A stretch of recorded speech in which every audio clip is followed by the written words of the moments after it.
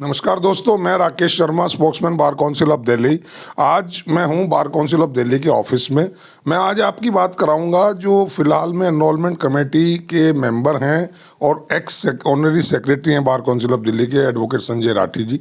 मैं उनसे आपकी बात कराऊंगा कुछ मुद्दों को लेकर के। सबसे पहला मुद्दा है आज का कि एक इतिहास रचा है बार काउंसिल ऑफ दिल्ली ने कि 15,000 से ऊपर एनरोलमेंट एक साल में हुए हैं, जो शायद हिंदुस्तान की किसी बार काउंसिल में नहीं हुए। Even bar council of Delhi में भी इस वर्ष से पहले इतनी बड़ी संख्या में ये सब नहीं हुआ। मैं डायरेक्ट आपकी उनसे बात करा रहा हूँ। संजय राठी जी, आपका बहुत बहुत स्वागत है। और मैं आपके थ्रू लोगों को एक मैसेज देना चाहता हूँ कि achievement of bar council of Delhi, जो बार काउंसिल ऑफ दिल्ली कर रही है, भले ही कोरोना में किया हो, कोरोना में जो किया वो शायद पूरी हिंदुस्तान के किसी बार ने नहीं किया। जिस तरीके से आप 25 के 25 मेंबर्स ने कोरोना में अपनी जान की परवाह ना करते हुए लोगों की हेल्प की, फाइनेंशियल हेल्प की, और I think about 25 to 30 crore रुपए का फाइनेंशियल हेल्प भी हुआ। ऐसे ही अब ये एनरोलमेंट कमेटी के आप मेंबर हैं और इतनी बड़ी तादाद में जो एनरोलमेंट हुआ है, और मुझे बताया अभी चेयरमैन एनरोलमेंट कमेटी ने कि 57 मीटिंग्स कन्वीन की गई। तो ये सब कैसे संभव हो पाया? ये सब क्या एक करिश्मा हुआ? थैंक यू शर्मा जी, आपके चैनल के माध्यम से मौका मिला इस लीगल फेटर्निटी की बात को रखने के लिए।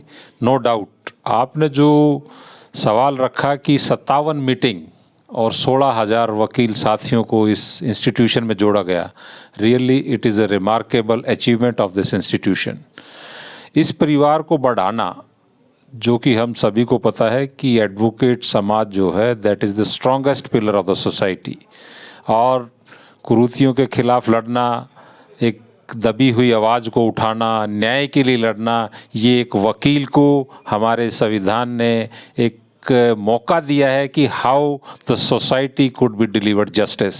No doubt this institution under the dynamic leadership of our proficient leader Mister K Manan ji, senior advocate, who is leading us as a chairman of this institution, मेरे बड़े भाई RS गोस्वामी जी जो एनरोलमेंट कमेटी के चेयरमैन हैं, और मेरे दूसरे बड़े भाई राकेश शेरावत जी और मैं, हम तीनों ने मिलके कोई भी ऐसा मौका, हमने कोई किसी वकील साथी को जो अपना एनरोलमेंट कराने आया, कोई उसकी ग्रीवांस थी, उसको समझ के उसको सरलता से निपटाते हुए उसको इस इंस्टीट्यूशन का पार्ट एंड पार्सल बनाया। और आगे हम उम्मीद करते हैं the guidance which we have given, the values which we have inculcated in the upcoming lawyers is that कि they had to work dedicatedly, they had to work sincerely, and they being the officer of the court, जो उनको एक दर्जा इस bar council के मध्य से दिया गया है कि they had to prove it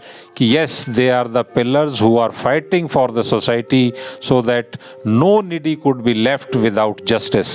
So इसी ध्येय को आगे रखते हुए हमने लोगों के इंटरव्यू भी लिए, जितने बच्चे आए उनको सर्वोच्च न्यायालय के आदेश के अनुसार हमने क्वेश्चनेयर भी किया। उनकी एक मौलिक, एक एलिमेंट बेसिक एजुकेशन जो उन्होंने पाई है उसको नज़र में रखते हुए हमने उनके अंदर एक इनकलकेट किया कि आपको एक एकेडमिक जो आप लोगों ने एक एजुकेशन ली है उसको अब how it is to be converted into profession, how you can become a professional. So वो सारी वैल्यूज़ इनकलकेट करके उनमें एक नई आशा की किरण जगाई ताकि वो एक समाज के लिए एक दृष्टांत बने और न्याय की प्रक्रिया में जो एक स्पीडी जस्टिस हमारे देश का ध्येय है, सुप्रीम कोर्ट का ध्येय है, उच्च न्यायालय का ध्येय है कि speedy justice where an officer of a court which vest in the person of an advocate वो सामने हो और हर एक प्राणी को जो न्याय की लाइन में लगा है उसको एक उचित तरीके से एक पूर्ण संपूर्ण न्याय मिले। So many person after completing the LLB coming for enrollment in Bar Council of Delhi. As per your view, what are the basic reasons for such a large number of aspirants to enroll as an advocate coming in Bar Council of Delhi? देखो, दिल्ली इस देश की राजधानी है और इस देश का नागरिक अपनी भागीदारी दिल्ली में देना चाहता है।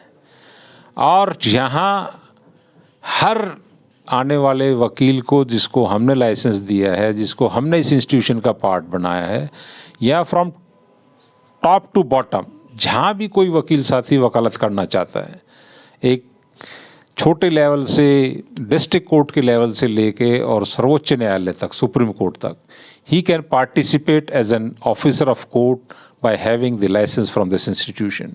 So यहाँ to spread the personality, to provide the justice that is more available, more opportunities are here, so everybody wants to part and parcel of the national capital of India.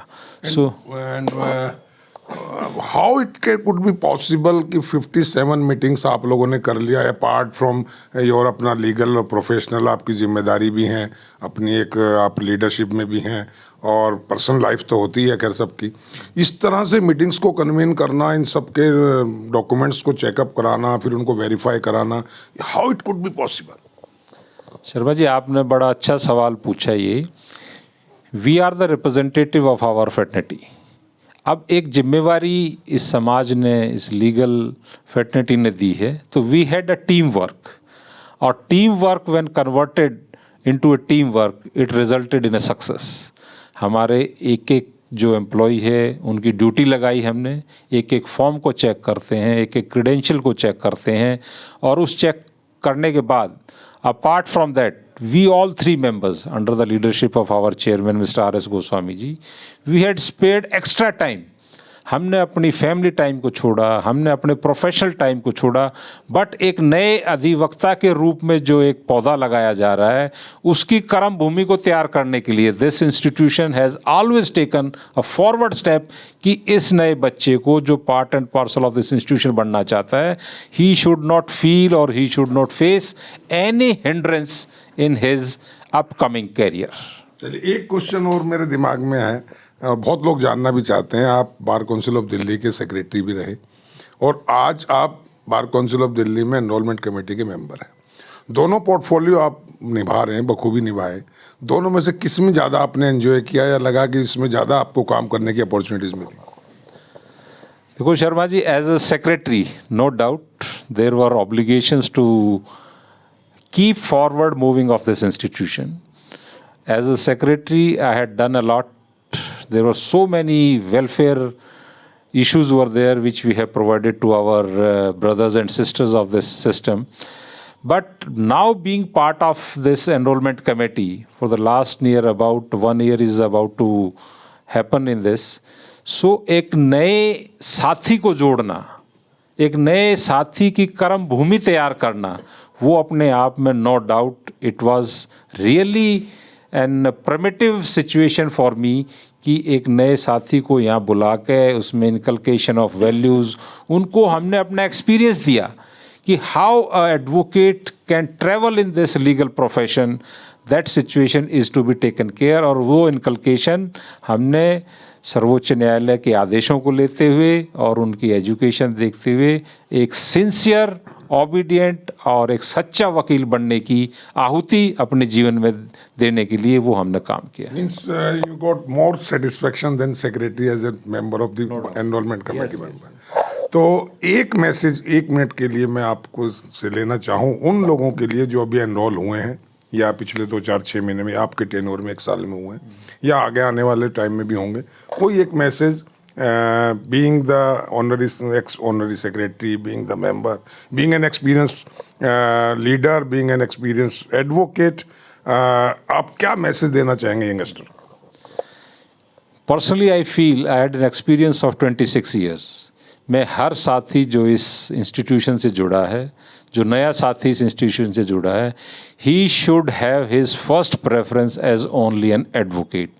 किसी भी दूसरी भूमिका में वो ना जाएं, एक सच्चा वकील बने, एक सच्चा ऑफिसर ऑफ कोर्ट बने, और वो उसकी प्रोफेशनल ग्रोथ है, and that growth will convert that the country is going to shine where every need is getting justice. Thank you Rathi ji.